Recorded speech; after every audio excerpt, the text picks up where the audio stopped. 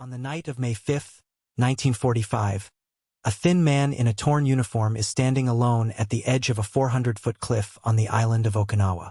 Below him, somewhere in the dark, is a rope sling he tied himself out of memory, the way his father had taught him to tie knots when he was a boy in Virginia. Above him, on the flat top of the escarpment, are wounded men. Some are conscious, some are not. Most of them, an hour ago, were trying to hold a line that no longer exists. He kneels next to one of them. He whispers something. The man cannot hear him.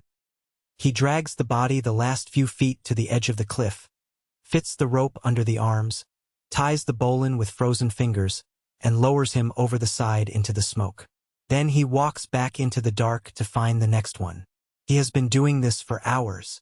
He will do it for hours more. Somewhere in his head, on a loop, he is repeating for words. Lord, please help me get one more. His name is Desmond Doss.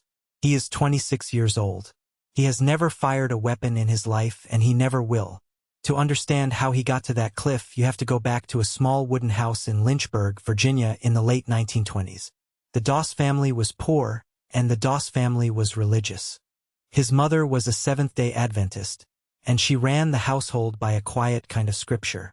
The Sabbath was Saturday. The body was a temple, and the sixth commandment was not a suggestion. His father was something else. William Doss had come home from the First World War a different man than the one who left. He drank.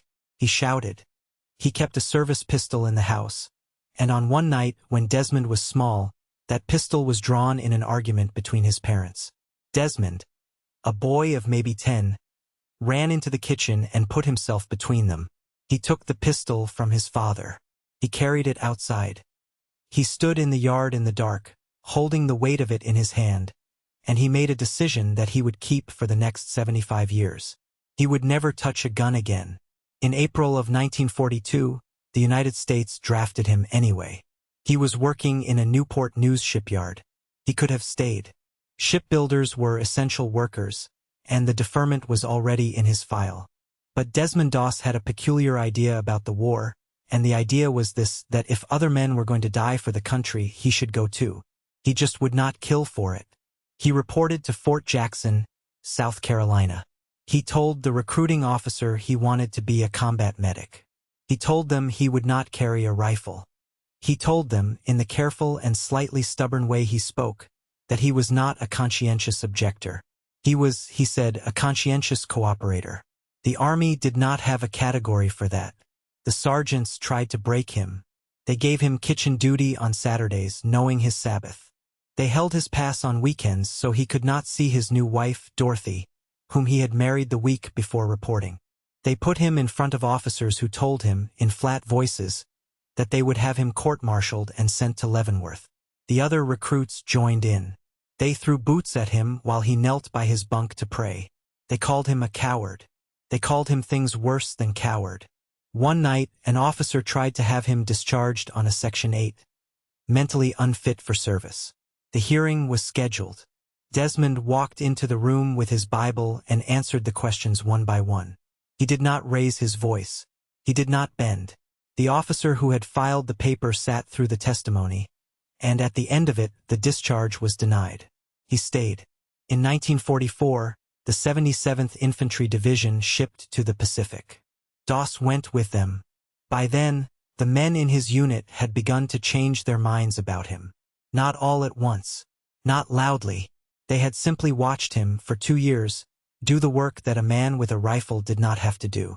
On Guam, he ran into mortar fire to drag wounded men back behind cover. On Leyte, he refused to take shelter when his platoon went down. He bandaged wounds in the rain.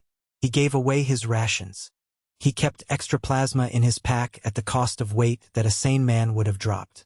When the unit landed on Okinawa in April of 1945, the men who had once called him a coward were calling him something different. They were calling him Doc. The Maeda Escarpment rises 400 feet out of the southern half of Okinawa. The Americans called it Hacksaw Ridge.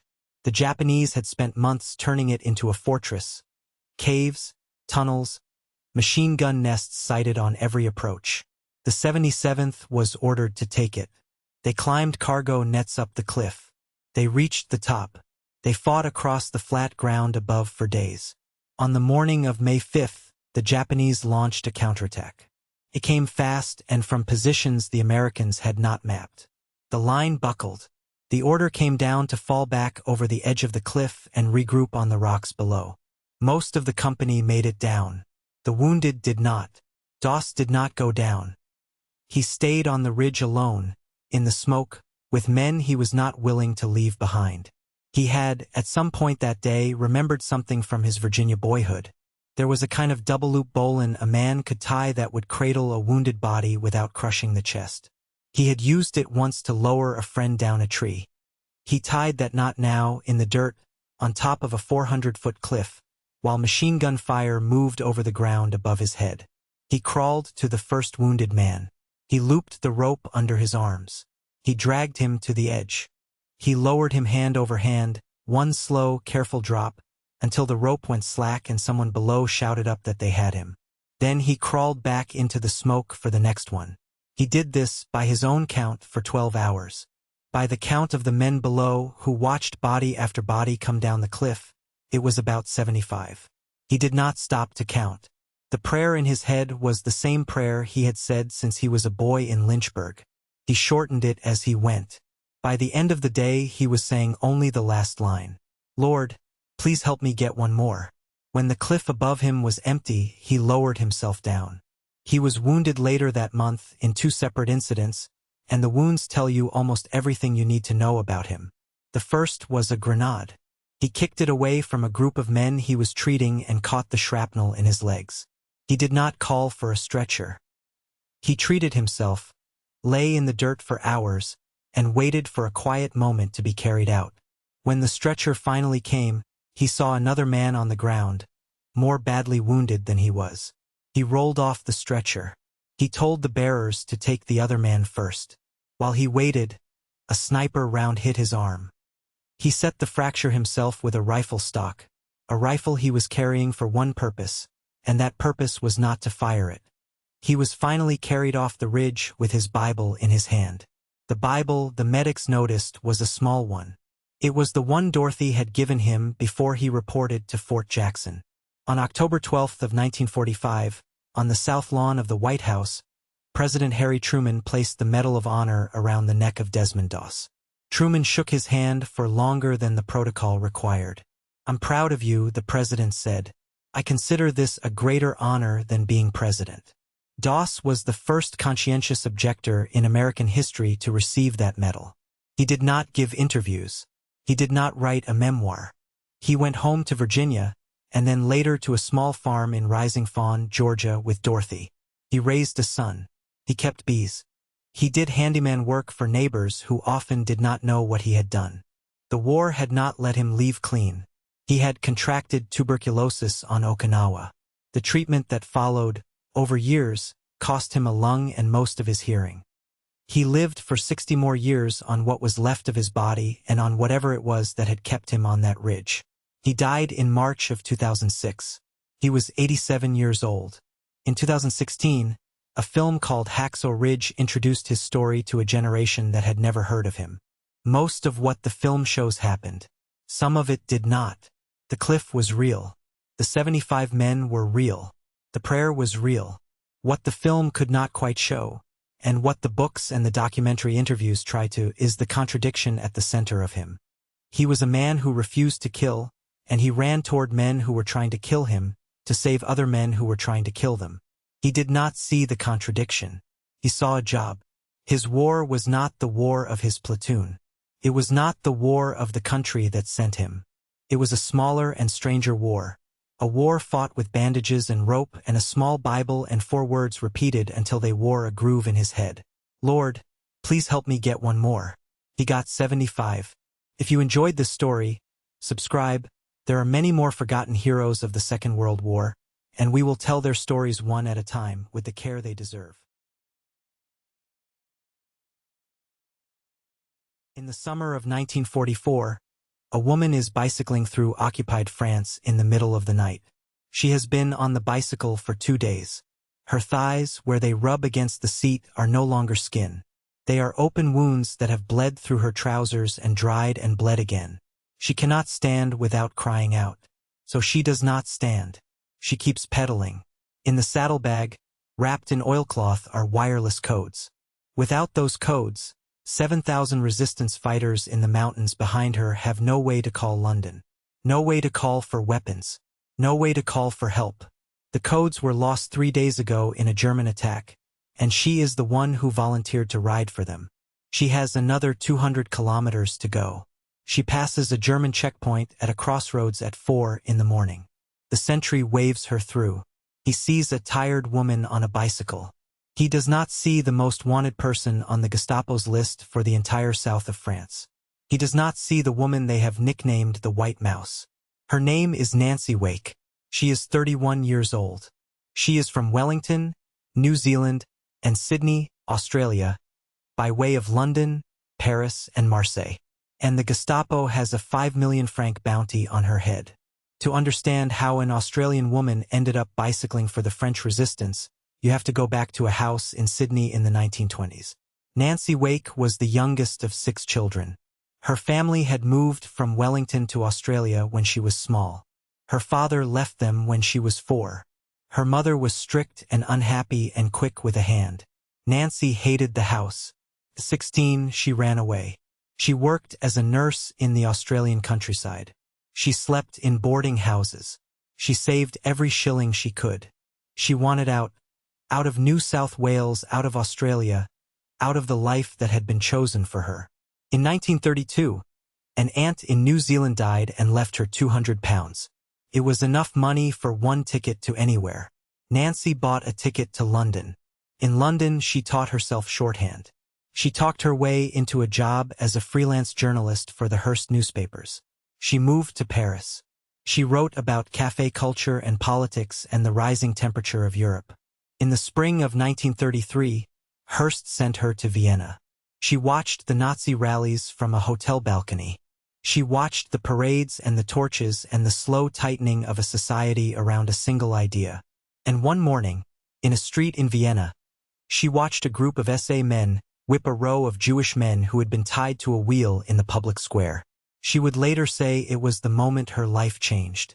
She said it plainly, the way she said most things. I knew then that one day I would have to do something about it. She went back to Paris. In 1939, she married a French industrialist named Henri Fiacre. He was wealthy. He was charming. He adored her. They settled in Marseille in a large apartment overlooking the sea. She was 26 years old, and she had what looked like the life she had been chasing since she was 16. It lasted 11 months. In May of 1940, German tanks crossed into France. By June, Paris was under occupation. By the autumn, the southern half of the country, where Nancy lived, was the rump state called Vichy, and the Gestapo was beginning to operate openly in its streets. Henri Fiacre looked at his wife. He understood, before she said it, what she was going to do. She joined an escape network. The network moved Allied airmen, pilots who had been shot down over France, south through the country across the Pyrenees into neutral Spain. Nancy was the courier. She used her husband's money, her social position, her Hearst press credentials, and her American-accented French to move men and forged papers through territory that was becoming more dangerous by the week. She did it for 3 years. The Gestapo, by 1943, knew there was someone in southern France running airmen. They did not know who. Every time they raided an apartment, the woman was gone. Every time they set a trap, she slipped through it. They began to call her, in their internal communications, Die Weiße Maus, the white mouse, because they could see the holes in their net, but not the animal moving through them. By the summer of 1943, they had a bounty on her head of 5 million francs. In today's money, somewhere near $25 million. It was one of the largest bounties of the war. She did not know that. She knew the apartment in Marseille was being watched. She knew her name was on a list. She knew the network was collapsing around her, one safe house at a time. Henri told her to run. She told him she would not leave him. He told her she had to. They had a single conversation about it, in the apartment overlooking the sea, on an afternoon in the autumn of 1943. He said the words she did not want to hear. He said, "If you stay, they will catch us both." If you go, one of us has a chance. She went. She crossed the Pyrenees on foot in the winter of 1943. The same mountains, the same snow, the same path that Virginia Hall had crossed the year before. Took her 6 attempts. 5 times she was turned back. The 6th time she made it to Spain. She reached London in the summer of 1943. She presented herself at the offices of the Special Operations Executive SOE, the British Agency for Sabotage and Resistance Work in occupied Europe. She told them what she had been doing for 3 years. They believed her. They signed her up. They put her through unarmed combat training. They taught her how to plant plastic explosives on a railway bridge. They taught her how to fall out of an airplane in the dark. She finished at the top of her class. She did not know, in any of those months in London, that Henri Fiacca had been arrested by the Gestapo within weeks of her departure. She did not know that he had been tortured. She did not know that he had refused, under torture, to tell them where his wife had gone. She did not know that he had been executed. She would not know any of it until the war was over. On the night of April 29, 1944, she parachuted into the Auvergne Mountains in central France. She landed in a tree. The branches held her. She hung there, suspended in the dark, while the rest of her stick came down around her. A French resistance commander named Henri Tardivat walked over to her, looked up and said in heavily accented English, "I hope all trees grow such beautiful fruit this year." Nancy Wake, hanging in the tree, in a parachute harness, in occupied France, 20 miles from the nearest German garrison, looked down at him. "Don't give me," she said, "that French shit." He cut her down. They were friends for the rest of her life. She took command of approximately 7,000 Maquisards, French resistance fighters operating across the Massif Central. She was, on paper, a liaison officer for SOE. In practice, she ran them. She organized parachute drops of weapons. She trained farmers and railwaymen and teenage boys to fight. She received the codes from London, decrypted them, and turned them into orders. She led raids. On one of them, a raid on a German arms factory near Montmouche, a German sentry surprised her party at close quarters. There was no time for a rifle. She killed him with her hands, with a single judo strike to the throat. She would speak about it, in interviews decades later, with the calm of a woman who had done what was necessary and did not pretend otherwise. In June of 1944, during a German counterattack on her area, the Maquis radio operator's codebooks were destroyed and his wireless damaged. Without codes, the 7,000 fighters in the mountains were cut off from London.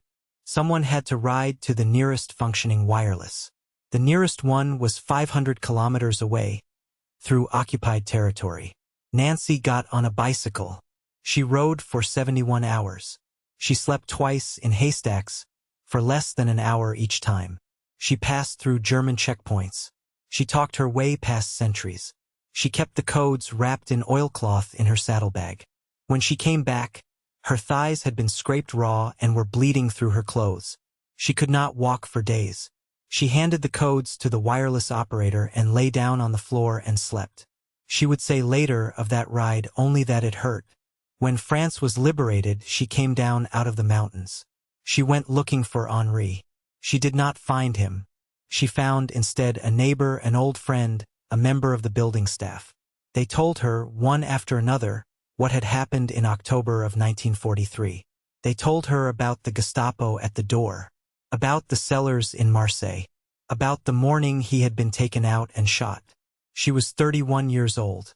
She sat down on the floor of the apartment overlooking the sea, and she did not get up for a long time. She would say, in every interview for the next 67 years, that he had died because of her. The historians would tell her it was not so simple. She did not believe them. The British gave her the George Medal. The French gave her the Médaille de la Résistance and 3 Croix de Guerre. The Americans gave her the Medal of Freedom. Australia, decades later, made her a Companion of the Order of Australia. She lived in London after the war. She worked on and off for the British Air Ministry. She drank gin. She did not settle. She married again, late, a man named John Forward, an RAF officer who had loved her quietly for years. She outlived him too. She lived to 98. She died in London in 2011. Her ashes were carried to France and scattered in the mountains of Vernioux, in the Allier, near the ground where she had commanded 7,000 fighters in the summer of 1944. There is a photograph of her, taken late in her life, in a London pub. She is smiling. There is a gin and tonic on the table in front of her. Her eyes are exactly the eyes of the woman who looked down at Tardivat from the tree, and they are exactly the eyes of the woman who said, in Vienna in 1933, that one day she would have to do something about it. She did. She turned the grief of one marriage into the freedom of half a country. She made one of the most feared organizations in human history afraid of a ghost they could only describe as a mouse. And when it was finished, she went home and she drank gin and she lived. If you enjoyed this story, subscribe. There are many more forgotten heroes of the Second World War, and we will tell their stories one at a time with the care they deserve. It is 2 a.m. on April 14th, 1945, and a man is alone in an alley in the Dutch city of Zwolle. He is 23 years old. He is wearing a Canadian battle dress soaked through with sweat and canal water. There is a black patch over his left eye. In his right hand, he is holding a Thompson submachine gun. In his pockets, there are smoke grenades and 2 clips of .45 caliber rounds, and that is all that is left of him. A few miles behind him, in a ditch by a country road, the body of his best friend is cooling in the grass. The man in the alley listens. He hears a German patrol 2 streets over. He counts the boots. He thinks for a moment. Then he steps out from the doorway, fires 3 short bursts into the empty air above the rooftops, and runs. By the time the patrol turns the corner, he is on the next block, firing again.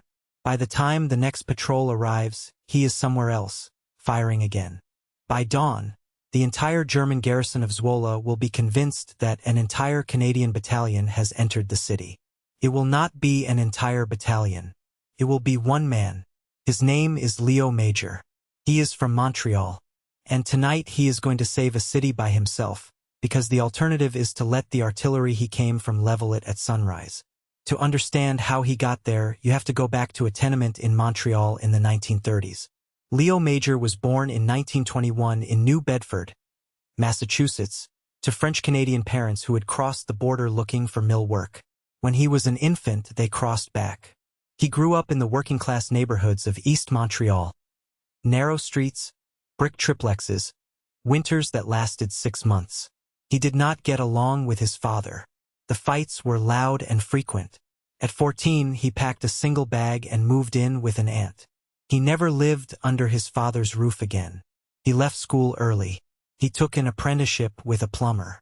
He liked the work, the logic of pipes, the certainty of a leak fixed, the way you could see the result of your hands at the end of a day. He thought he might be a plumber for the rest of his life.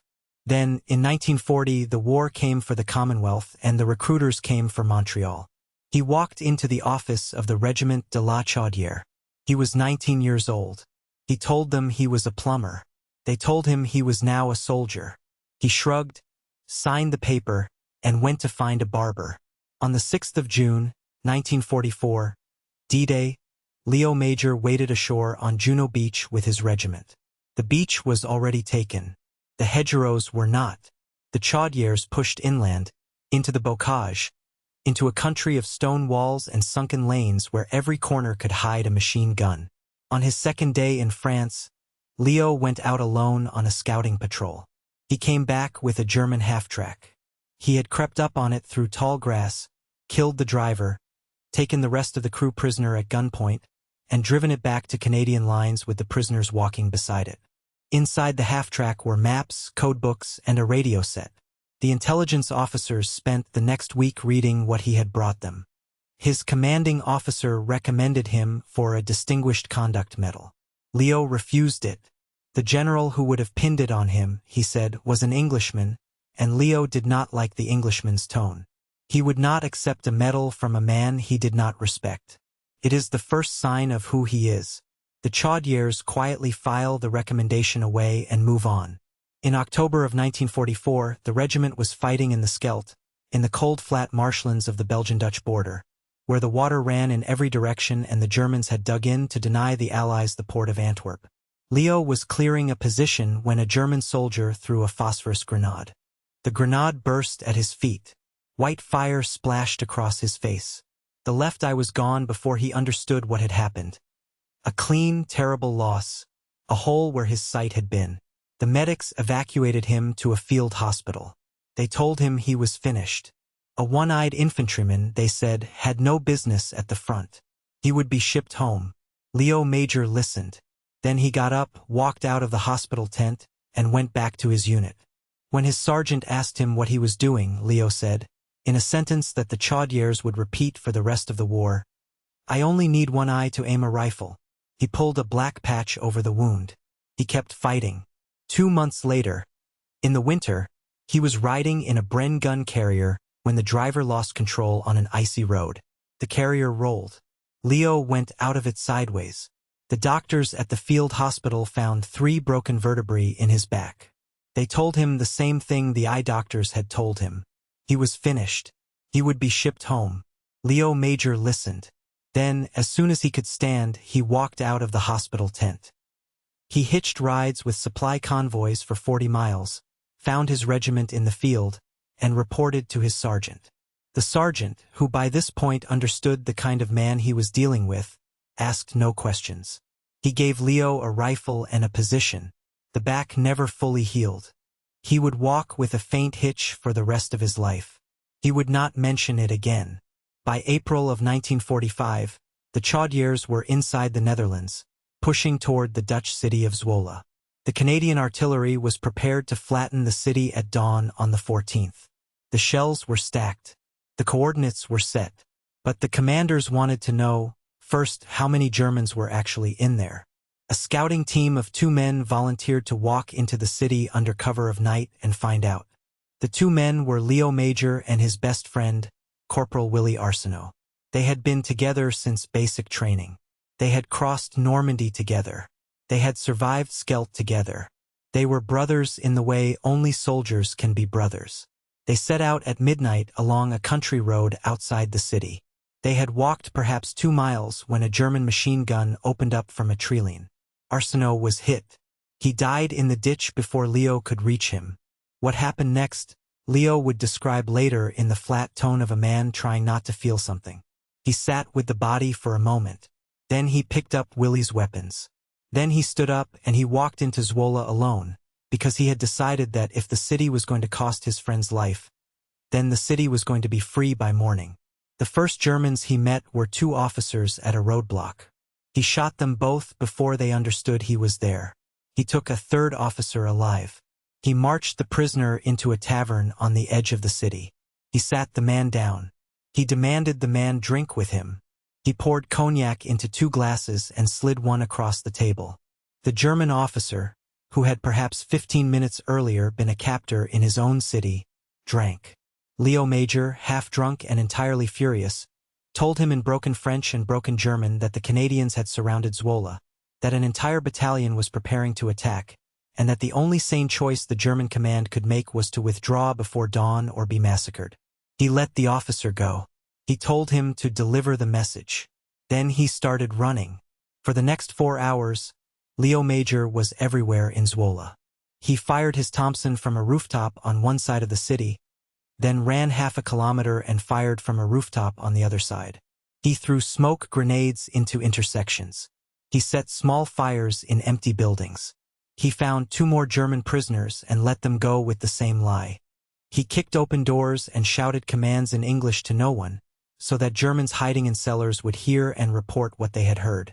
He was, that night, an entire battalion of 1 man. By 4 in the morning, the German garrison had concluded that Zwolle was lost. They began to withdraw. By dawn, the last of them were gone. At first light, Léo Major walked into the city hall of Zwolle. He found a member of the Dutch resistance. He told the man the Germans had left, the city was free, and the Canadian bombardment had to be called off immediately. A runner was sent. The artillery was stood down. The city was saved. He went back, alone, to the ditch by the country road, and he carried Willie Arsenault home. He was awarded the Distinguished Conduct Medal for Zwolle. This time he accepted it. 6 years later, in 1951, He was on a Korean ridgeline called Hill 355. The soldiers called it Little Gibraltar, with 18 men and a Chinese division coming up the slope. They held the hill for 3 days and 3 nights. Léo Major, by then a sergeant, refused every order to withdraw. The Chinese broke off the assault. The hill stayed Canadian. He was awarded a second Distinguished Conduct Medal. He is, to this day, the only Canadian soldier in history to have received the DCM in 2 separate wars. When he came home from Korea, Léo Major went back to plumbing. He worked as a pipe fitter in Montreal for the rest of his life. He married a woman named Pauline. They had 4 children. He fixed leaks. He installed boilers. He went to work in the morning with a metal lunchbox and came home at night and did not, in any meaningful way, ever speak of the war. For decades, journalists tried to interview him. Documentary crews, authors, veterans associations. He turned almost all of them away. When pressed, he would shrug, and he would say, in French, the only thing he ever seemed willing to say, "I just did what had to be done." He died in 2008, at the age of 87. He is buried in Longueuil, on the south shore of the St. Lawrence. In Zwolle, on a quiet street, there is a plaque. The Dutch put it there after he died. It names him, thanks him. It says in Dutch that on the night of April 13, 1945, 1 Canadian soldier walked into their city alone, and by morning their city was free. He never went back to see it. Somewhere in the official archives of the Regiment de la Chaudière, in a file marked with his name, there is a black and white photograph of a young man with a patch over his left eye, half smiling at something the photographer has said. He looks tired. He looks amused. He looks like a plumber who has been called away from his work and would very much like to get back to it. Which, in the end, is exactly what he was. If you enjoyed this story, subscribe. There are many more forgotten heroes of the Second World War, and we will tell their stories one at a time with the care they deserve. Before sunrise on April 30th, 1943, a British submarine surfaces a mile off the southern coast of Spain. The sea is flat. The air is cold and smells of diesel and salt. On the deck of HMS Seraph, 4 officers stand around a long metal canister, the kind used to ship aircraft engines. It is heavy. It takes all 4 of them to move it. The commander, a young lieutenant named Bill Jewell, has told his crew only that the canister contains a special weather instrument. He is lying. He knows what is inside. He is one of 3 men on the submarine who knows. Inside the canister, packed in dry ice, is the body of a man. The man is wearing the uniform of a Royal Marines major. He has a wallet in his pocket. He has photographs of a young woman called Pam. He has love letters and a receipt for an engagement ring and a stub from a London nightclub. Chained to his wrist by a leather strap is a black briefcase. In the briefcase are documents that will change the course of the war. The man in the uniform is not a Royal Marines major. He never set foot on a battlefield. He has been dead for 3 months. His name was Glynndwr Michael. And in a few hours, when the tide carries him to the beaches of Huelva, he will become the most valuable soldier in the British Army. To understand how a homeless Welshman ended up in a submarine off the coast of Spain, you have to go back to the winter of 1943. The Allies had just won North Africa. The Wehrmacht had been pushed off the continent. The next move was obvious to everyone: generals, journalists, taxi drivers in Lisbon. The Allies would cross the Mediterranean, and the most obvious place to land was Sicily. Winston Churchill said it himself. "Anyone but a fool," he told his planners, "would know it's Sicily." The problem was that Hitler also knew it was Sicily. The island had been fortified for months. German and Italian divisions waited in the hills above every beach. Coastal guns covered every approach. If the Allies landed there without a diversion, the casualties would be catastrophic. The British needed to convince the Germans that the invasion was going somewhere else. Greece, Sardinia, anywhere but Sicily. The job fell to a secret committee, so secret that its very name was a joke. They called it the 20 Committee, because the Roman numeral for 20 is 2 X's, a double cross. The committee ran every German spy in Britain, fed them false information, and watched what the Germans believed. In a basement office in Whitehall, Two of the committee's officers were about to propose the strangest deception in the history of warfare. The idea was not new. It came from a memo written 4 years earlier in 1939 by the Director of Naval Intelligence, Admiral John Godfrey.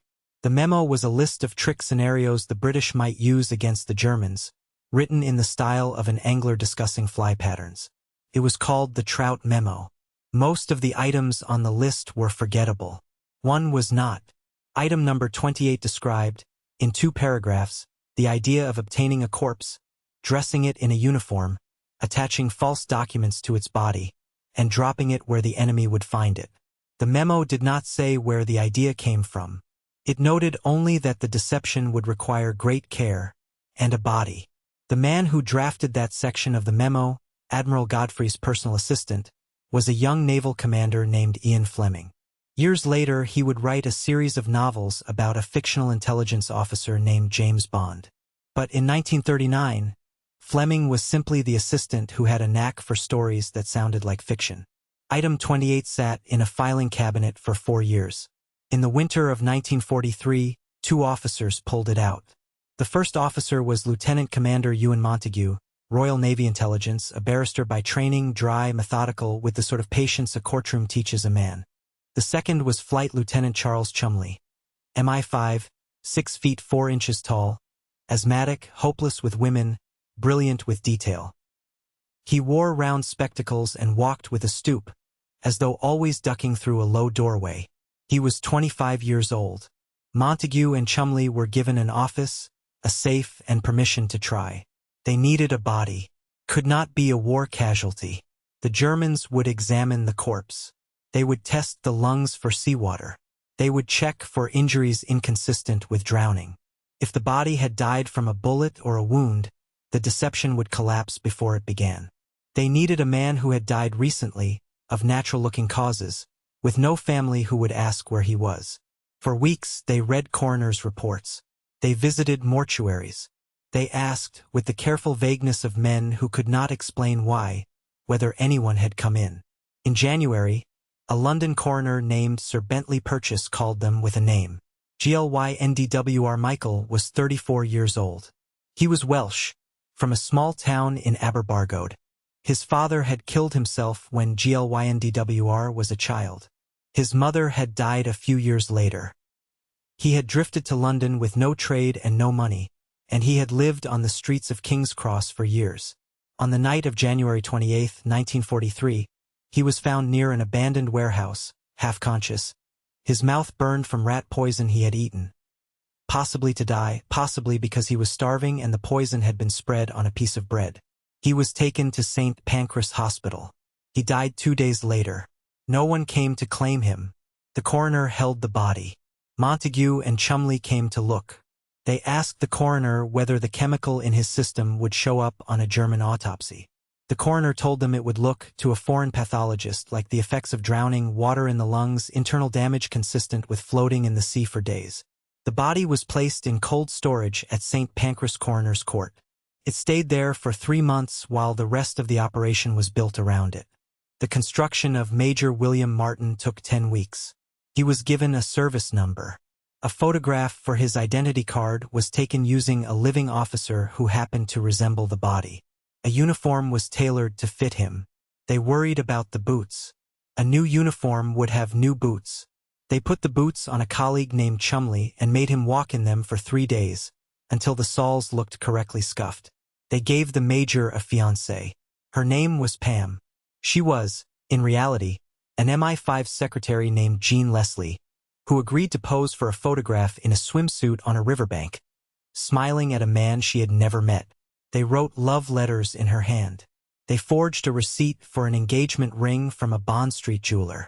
They added a stub from a London nightclub called the Cabaret Club, dated 4 nights before the supposed crash. They wrote a letter from the major's bank manager, complaining about an overdraft, in the irritated tone bank managers use about young officers. And then they wrote the document that mattered. It was a personal letter, marked confidential, from Lieutenant General Sir Archibald Nye, Vice Chief of the Imperial General Staff, to General Sir Harold Alexander in Tunisia. The letter discussed, in the casual way old colleagues discuss a problem, the upcoming Allied operations in the Mediterranean. It mentioned that the target was Greece and Sardinia. It described Sicily as the cover story. The deception meant to draw German attention away from the real landings. It was, in other words, the truth turned exactly upside down. On April 19th, the body was sealed inside the canister with dry ice. On April 22nd, the canister was put aboard HMS Seraph at Holy Loch. For 8 days, the submarine moved south through the Bay of Biscay, past Portugal, to the Spanish coast. Bill Jewell told his crew nothing. At 4:30 in the morning of April 30th, off the Spanish town of Huelva, the canister was opened.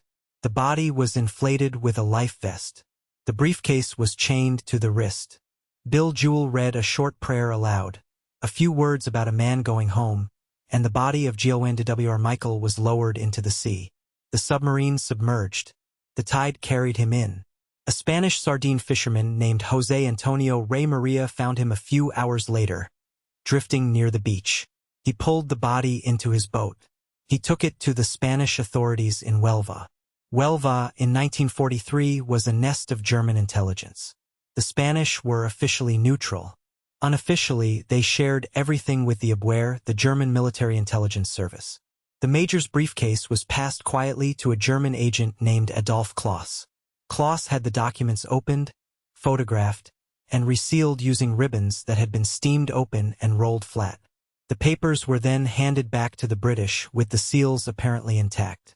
The British examined the seals. They could see exactly where the Germans had opened them. The lie was loose. It traveled up the German chain of command faster than Montague and Chumley dared hope. It reached Berlin within 48 hours. It reached the German General Staff within a week. It reached Hitler personally, who read the letter and, according to a senior officer who was present, said simply, "The agreement with General Alexander is genuine." Hitler ordered divisions to Greece. He moved an entire panzer division, the 1st Panzer, from France to the Peloponnese. He reinforced Sardinia. He pulled troops from Sicily and sent them to the wrong island.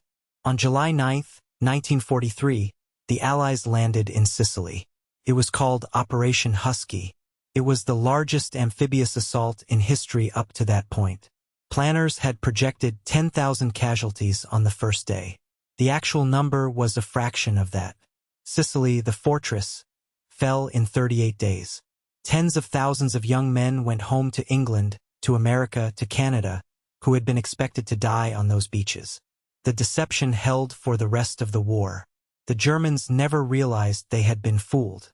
In 1953, Ewan Montague published a careful, sanitized version of the story. He called it The Man Who Never Was. He did not name the body. He could not. The British government had ordered him to leave GLYNDWR Michael in the dark. The book became a film. The film became a legend. And for 40 years, no one knew the name of the man in the canister. In 1996, a British historian named Roger Morgan went through the declassified files at Kew. He pieced together the dates, the coroner's records, the name on a brittle card stapled inside a folder marked CAB 154/67. He found GLYNDWR Michael. In the cemetery of Nuestra Señora de la Soledad, in Huelva, there is a stone that reads, Major William Martin, Royal Marines, born March 29, 1907, died April 24, 1943. Dulce et decorum est pro patria mori. It is the wrong name. It is the wrong date. The Latin is borrowed from a Roman poet who never met him. Below those lines, decades after the war, a second inscription was added. It is small and it is set apart in plain letters that were never carved to be noticed. It reads, GLYNDWR Michael served as Major William Martin, Royal Marines. A man whom no one had wanted in life, homeless, orphaned, poisoned by something he ate in a doorway in King's Cross, became, for 1 month in the spring of 1943, the man whose silence saved tens of thousands of soldiers he would never meet. He never knew it. He could not know it. He had been dead 100 days when the Germans believed him. But somewhere on a beach in Huelva, on an April morning when the tide came in, a borrowed uniform carried him to shore. And the war turned, just a little, on the weight of a man no one had counted. If you enjoyed this story, subscribe. There are many more forgotten heroes of the Second World War. and we will tell their stories one at a time with the care they deserve. In 1972, a man is sitting on the wet earth of a jungle clearing on a small Philippine island, listening to a transistor radio. He is 50 years old. He is wearing the remains of an Imperial Japanese Army uniform that he has patched, again and again, with cloth taken from the homes of farmers. The boots on his feet are not the boots he landed in. The rifle across his knees is, however, the same rifle. It has been cleaned every week for 28 years. The radio is tuned to a station broadcasting from Tokyo. A man's voice is speaking calmly about baseball, about the weather, about the price of rice. The man in the clearing listens for a moment. Then he turns the dial. It is a trick, he thinks. The Americans have set up a station to imitate Japan. The voices are actors. The baseball scores are fabrications. The war is still on. His name is Hiroo Onoda. The war he is fighting ended 27 years ago. He does not know that yet, and he will not believe it for 2 more years. To understand how a man ends up alone in a jungle, listening to his own country and refusing to hear it, you have to go back to a small house in Kainan, in Wakayama Prefecture, in the spring of 1922. Hiroo Onoda was born there on the 19th of March. He was the 3rd of 7 children in a family that valued order and obedience and the old Meiji virtues of duty. He was a small boy. He was not, by his own account, a particularly impressive student. But he was disciplined and he was quiet and he listened. When he was 17, he left Wakayama and went to work in Hankow in occupied China for a Japanese trading company. He danced in the evenings. He learned a little Chinese. He was a young man living abroad with money in his pocket and a future he had not yet thought too hard about.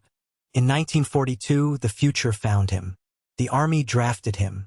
He was sent home to Japan and then to officer training and then, because he had performed well, to a place that very few Japanese citizens had ever heard of.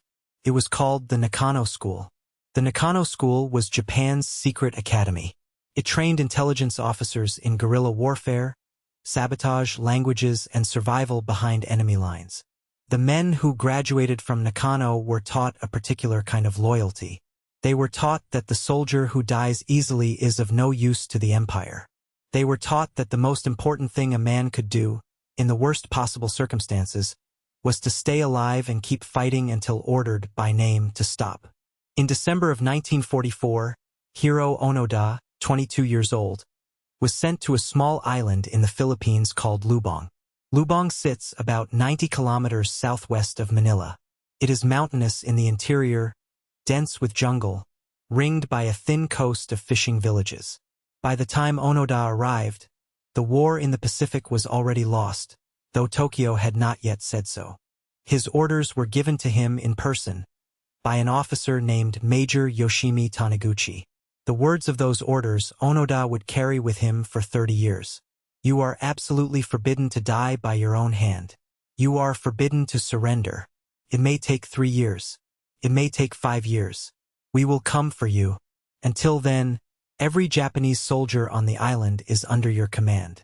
It was, in the language of the Nakano School, a standfast order. It was the kind of order a man does not break.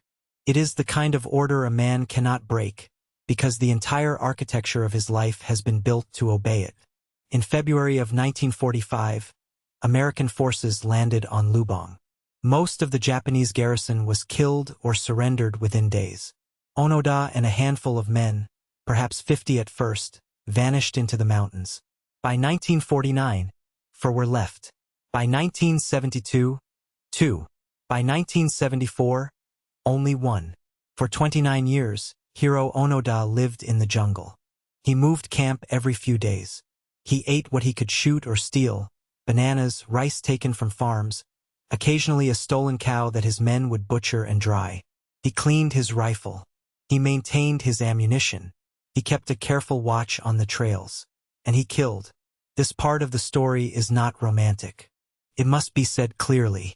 Over the course of his 29 years on Lubong, Onoda and his men conducted small-scale guerrilla raids on the Filipino population. They burned rice harvests because they believed the rice was being supplied to enemy forces. They shot at farmers in the fields because they believed those fields were enemy territory. They killed approximately 30 Filipino civilians and police officers. Most of them were farmers. They had names. They had families. They had been trying to harvest a crop or to push armed strangers out of their village. In the Philippines, Onoda was never a folk hero. He was a tragedy that walked through rice paddies with a rifle. The Filipino dead on Lubang are not a footnote to his story. They are part of his story. They are the cost of his orders. The world, meanwhile, was trying to reach him. In 1952, Japanese aircraft began dropping leaflets over Lubang. The leaflets said the war was over. They were signed by his old commanders. They listed his name. Onoda read them. He decided they were forgeries. The phrasing was wrong. The handwriting was off. They were American psychological warfare, he concluded, and he burned them. In 1959, his family came to Lubang. His brother stood at the edge of the jungle with a loudspeaker and called his name. He played recordings of their mother's voice. He left family photographs in clear plastic bags hanging from branches. Onoda heard the loudspeaker. He saw the photographs. He decided that his brother had been captured and brainwashed, and that the photographs had been faked by enemy intelligence. He withdrew deeper into the mountains. Old comrades came. Newspapers were left in caches along trails the soldiers were known to walk. The newspapers described a prosperous, modern, peaceful Japan, full of cars and televisions and baseball games. Onoda read them in his shelter at night. He decided that this, too, was a trick. A defeated Japan, a destroyed Japan, could not look like this. The pictures of Tokyo were too clean. The economy was impossible. Either Japan had been completely conquered and the country in the photographs was a kind of stage set, or the war was being fought now between Japan and America in some other form, a Cold War, and the messages were part of it. He believed, with the discipline of a man who had been trained to believe, that his orders still stood. In October of 1972, Filipino police set an ambush near a stack of burning rice. Two figures emerged from the trees. One of them was Kenshichi Kozuka, Onoda's last surviving companion. Kozuka was killed in the firefight. Onoda escaped into the jungle. He was, for the first time in his 28 years on Lubang, completely alone. He was 50 years old. He had been a soldier for 30 of those years. He had lost everyone he had been sent to command. He kept his rifle clean. He kept his ammunition dry. He maintained, every morning, the routines that had kept him alive. He waited. In February of 1974, a Japanese university student named Norio Suzuki walked into the jungle of Lubang with a backpack and a camera. Suzuki was 24 years old. He was a dropout. He was an eccentric, a romantic, and a person of stubborn imagination. He had announced to friends before leaving Japan that he intended to find 3 things in his lifetime: Lieutenant Onoda, a wild panda, and the abominable snowman. In that order, he walked into the jungle. He sat down in a clearing. He cooked rice over a small fire. And after several days, Onoda walked out of the trees with a rifle pointed at him. Suzuki did not raise his hands. He smiled. He said, in Japanese, Onoda-san, the emperor and the people of Japan are worried about you. They talked in the clearing for several days. Onoda would not surrender. He explained patiently that he was still a soldier, that his orders could only be rescinded by a superior officer of the Imperial Japanese Army. Suzuki nodded. Suzuki took photographs, and Suzuki flew home to Tokyo. The Japanese government located Major Yoshimi Taniguchi. Taniguchi was now in his 60s. He had survived the war. He worked in 1974 as a bookseller. He had not worn a uniform in nearly 30 years. He put one on again. On the 9th of March, 1974, Major Taniguchi flew to Lubang and walked into the same jungle clearing. He stood in his uniform, with the bearing of an officer of an army that no longer existed.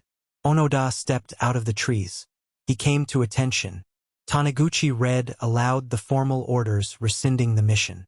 The war, he said, was over. The Empire of Japan had ceased combat operations in 1945. Lieutenant Onoda was relieved of his command. He was to come home. Onoda saluted. He laid down his Arasaka rifle, 500 rounds of ammunition, several hand grenades, his dagger, and the sword his brother had given him in 1944. He had not fired a weapon for the Empire in 29 years past the moment the Empire had stopped existing. He was 51 years old. The Philippine president, Ferdinand Marcos, pardoned Onoda for the killings on Lubang. He came home to Japan and found a country he did not recognize. The trains were too fast. The buildings were too tall. The Japan he had served had been replaced by a country that watched baseball on television and bought refrigerators. He was a celebrity for a brief season, and he hated it. He moved to Brazil. He raised cattle on a farm there for many years. He wrote his memoir, No Surrender, in 1974, and it was translated into English the year after. Eventually, he returned to Japan and founded a small survival school for young people. He taught them how to start fires, how to read terrain, how to live with very little. He died in Tokyo on the 16th of January, 2014. He was 91 years old. Norio Suzuki, the strange young man who had walked into the jungle for him, never found his panda or his yeti. He was killed in an avalanche in the Himalayas in 1986, looking characteristically for something else. There is something almost unbearable about Hiroo Onoda's story, and it is not the survival or the discipline or the rifle that fired for 30 years. It is the loyalty. A man so well trained, so completely conditioned, that he could not stop. Not when the leaflets fell from the sky. Not when his brother's voice called his name through the trees. Not when the photographs of a peaceful Tokyo were placed in his hands. He could only stop when one specific man in one specific uniform walked into one specific clearing and used the specific words he had been taught 30 years before to wait for. And in the meantime, the Filipino farmers of Lubang died, one by one, in their fields. They appear in the Philippine police records by name. They were not part of any war. They were simply on land that a soldier from another country still believed he was defending. The cost of orders is sometimes paid for 30 years. Sometimes it is paid by people who were not even alive when the orders were given. If you enjoyed this story, subscribe. There are many more forgotten lives of the Second World War, and we will tell them one at a time with the care they deserve.